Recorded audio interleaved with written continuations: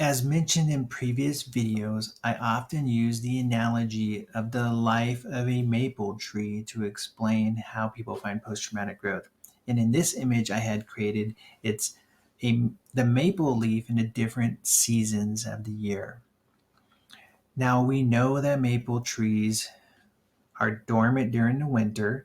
Spring, they wake up, the maple sap starts going up to the leaves, they become green, and then eventually in the fall time they start dying out until the winter, right? That is a normal cycle, right? This is what happens everywhere in every tree throughout the world. I use that symbolically as we often go through cycles or seasons during the year after a trial or trauma. As I mentioned previously, I went through some trauma, and that just happened to be on Easter weekend. So here I was seeing baskets of candy and things that were going out to my grandkids, when at the same time I'm out looking for my brother and eventually find that he had died by suicide. So now, seasonally, every Easter, I have a memory, right? And as I talked previously in one of my videos, how do I reframe that and change that? Because I have some very difficult memories about that weekend of Easter. So now I do things different, right? I do presentations for people, I give things away, I try to turn that holiday into something positive again. It's very common when I'm working with people that they think maybe I've gotten through this and I'm feeling better about things, right? And yet I have to show this picture to them and prepare them. Like, there are going to be seasons where you may feel things that have calmed down, just like the trees gone dormant in winter.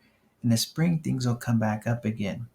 And I talk about that with clients. It says, okay, we may be feeling good right now, but seasonal things will happen, whether it's the holidays, maybe anniversaries of when this happened, or the anniversary of different things you were doing with people, may bring up these emotions again later. And it doesn't mean that the work you did wasn't positive. I just need to prepare you for that, right? So the first Easter after my brother's passing was difficult, right? And maybe I struggled with it for the week or two before and a week or two after. And then the next season, maybe just that week, and then the next season just a couple of days.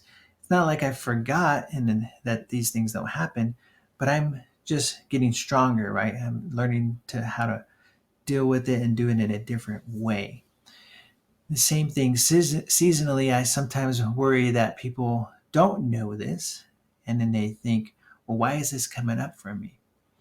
And I worry about the seasons often because we know that statistically, suicide, for example, happens at a higher rate in the spring or fall. And so we need to pay attention to that when we're helping people. And if you're experiencing this at these different times and seasons, first I want to normalize that for you and to know that you can get help through therapy to help people, and that you can get through this. And generally, the first year after a trial trauma is the hardest, and then things tend to get better. But it's not uncommon for me to see people that are still having a hard time at the same time every year, or at the holidays, for example. I just want to normalize for you that the seasons do change, and our experiences and memories are often connected to those seasons and those holidays, and yet they can be reframed. You can get stronger through the seasons, and generally as time goes on, people are stronger through the seasons. It doesn't mean your memories and your traumas, feelings, and all that go with it will be disappearing, but you can get stronger through the years after that experience. Now, generally, if you get therapy, it is better to help you with that. If you found any value with this and you recognize that, you can share with others in the comments below what seasons are the hardest for you. That would be great. If you shared this video with somebody else who might be struggling, that would be awesome. Look, I hope to see you in the next video. Thanks for watching.